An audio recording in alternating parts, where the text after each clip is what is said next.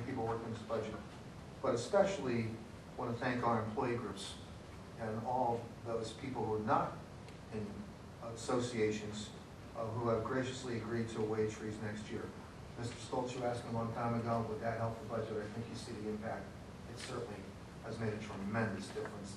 And I don't think without their help, we would have been in the same position we were in tonight. So that certainly was a major factor.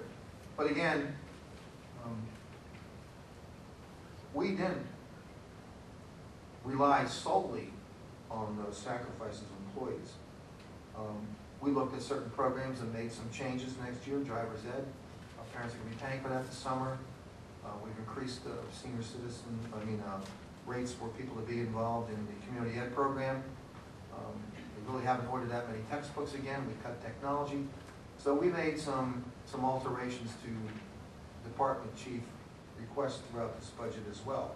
If you look at the total spending, if you look at down by the categories, you'll see really only that the special needs students, that's the only budget category, at least where we control discretionary spending, so to speak, where there is a slight increase. And so throughout this budget, we really restrained future spending for principals, department chairpersons, and I think it's a reflection of the time. And again, if I were a principal here, I would be concerned because we really have restrained our budgets for the last 3 years. There hasn't been a significant increase in the funds that they've had to deal with over the last couple of years. But they've done a good job. Second thing I want to remind you is that we did put in sort of a spending freeze this year, not necessarily a true freeze, but I think that was the right thing to do at the time based on some of the marginal things going out there we didn't control. And I think since we passed the draft of the final budget, and now you see the results of that, we were able to do some calculations, and we looked a lot better, more confident with our fund balance. And so one of the things we put in your packet were the major changes, and I'm sure some of you have noticed already that we were able to bring up the budgetary reserve to the 5% policy. So we're very, very, very happy about that. And also our fund balance looks a little bit better. And we were able to go from 1.9 to 1.8 tax increase. But I also remind the board, with all due respect, that there are a lot of things that we've done in this budget that I've never done before as a superintendent either. And those are the kind of things that make me somewhat nervous. And we talk about those. We talk about those openly here. And that is, for instance, using funds from refinancing bonds. So we've always put that money aside for future capital projects. This year it seemed appropriate to use that to help reduce the overall budget and thereby reducing the tax burden for people. I would certainly want to advocate that, doing that on a yearly basis. But I think this year, because of the extraordinary circumstances, we've recommended. Now, I also think it's important that we got our budgetary reserve back up to 5%, because in talking to Mr. Sertavall and Mr. Glancy, there could be a sliver of an opportunity next year to do some more refinancing.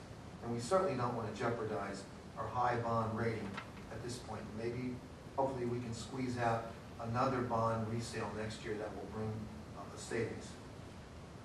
We also had a one-time return of a significant amount of dollars, about $230,000 from LCTI. And we could have done two things with that money. We chose to lower our payments for next year.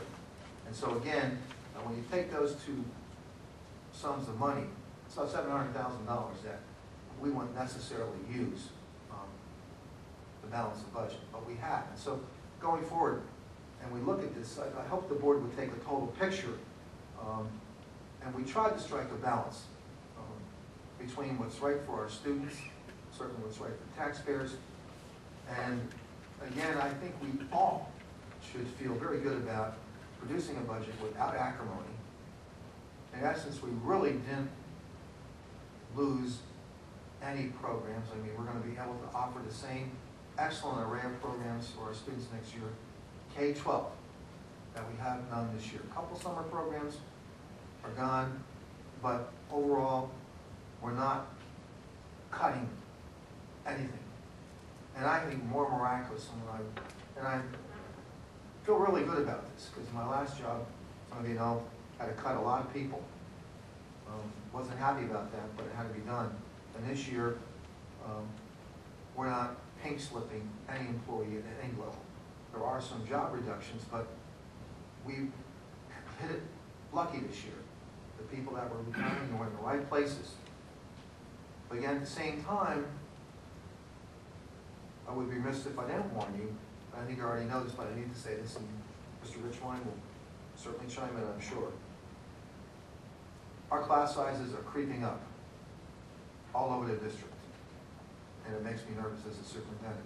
Because please recall, last summer, we asked you to come back in August and allow us to hire 4 teachers that weren't budgeted. Our kindergarten numbers look very good right now, but they looked good at this time last year, so I don't know. Our special ed numbers looked good at this time last year, and then we had an influx of students in August, and we had to come back to you. So those are my main concerns. Kindergarten, our numbers stay where they are right now, and special ed, who knows? Who knows? But if those 2 things change, then it makes me nervous as a superintendent. And any particularized growth in any of the grade levels. We've done our best to maintain as low class sizes as we can, but it would be an outright lie made to say that we're not approaching 28, 29 in some areas. And some of our middle school homerooms are right about 30. So that's something that concerns me for the future, and how taxing it may be next year to keep the same number of at least professional staff in the district. The other thing that makes me nervous, and I put this in my superintendent's report, all I'm going to say is Harrisburg right now is a blizzard of legislation. My head is spinning. I'm not going to say anything politically incorrect, but I'm very concerned what's going on. I mean, Mr. Bauer and I get updates seemingly each hour. Vouchers, exceptions, boards of education losing their power for a period of time. All sorts of things coming down the pike, and I have no clue. I feel like I'm writing memos to people every day, and it seems they turn off my computer, put it on an hour later, and there's 3 or 4 notices from PASBO, PASA, or school boards. So we really have to keep our eye on what's going on in Harrisburg. A couple other things we're a little concerned about. 3 or 4 months ago, I would have told you that I was very confident about Hamilton Crossings maybe getting at least the target done by next year Christmas time. Obviously, that's not going to happen. And so we had to go back and readjust some of our thinking as well. I want to remind you that Act 32 comes to roost January 1st, and all of our income tax is going to be collected by Berkheimer. And we think they're going to do an excellent job, but we're concerned about the collection rate being a little bit slow coming in. And so we've made those alterations in our revenue projections.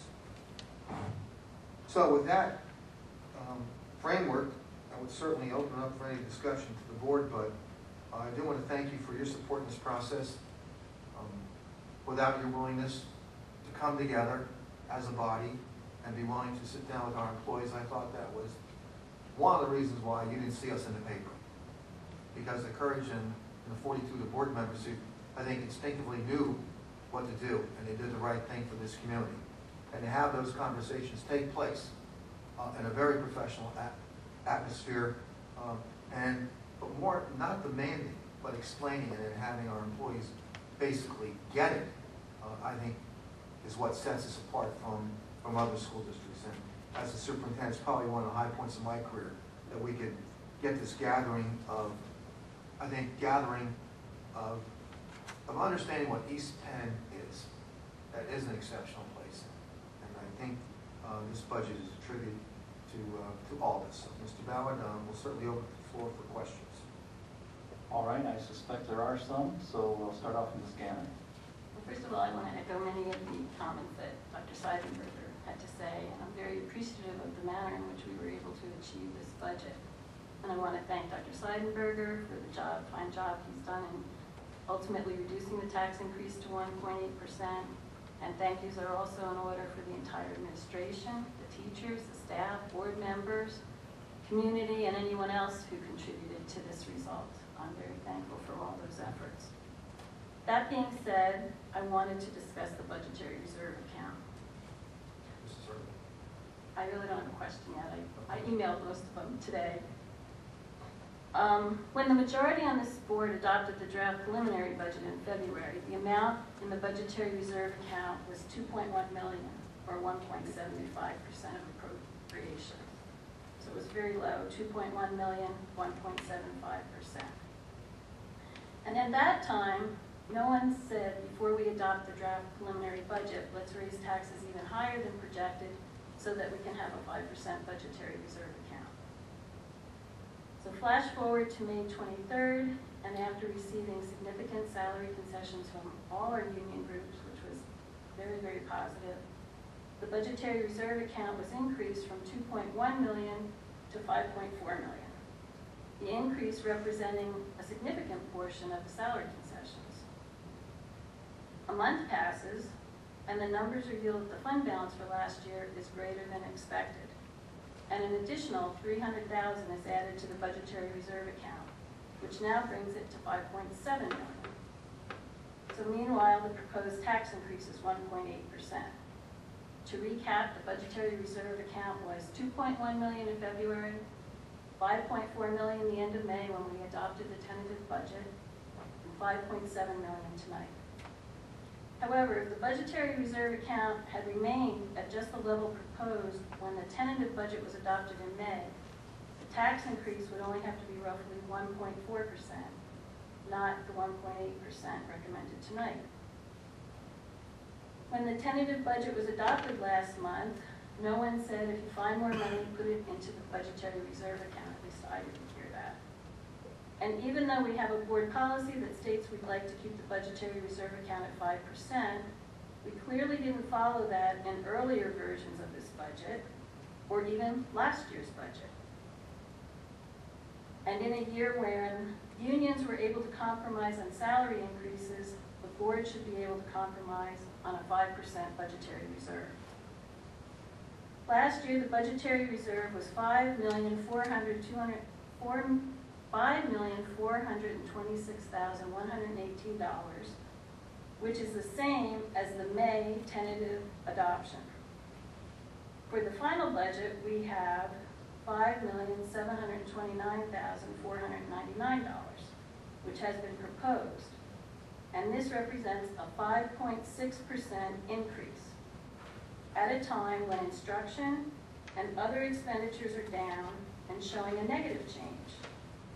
I mean, if we look at the sheet that we got in our budget pack, the last page, it's very commendable. You look at Roman numeral 3-16, everything's showing a negative number, except for, a few exceptions. Health insurance obviously went up.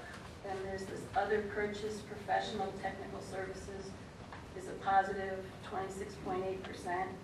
And then you come all the way down to the bottom of the page where it says budgetary reserve, and it's plus 5.6%.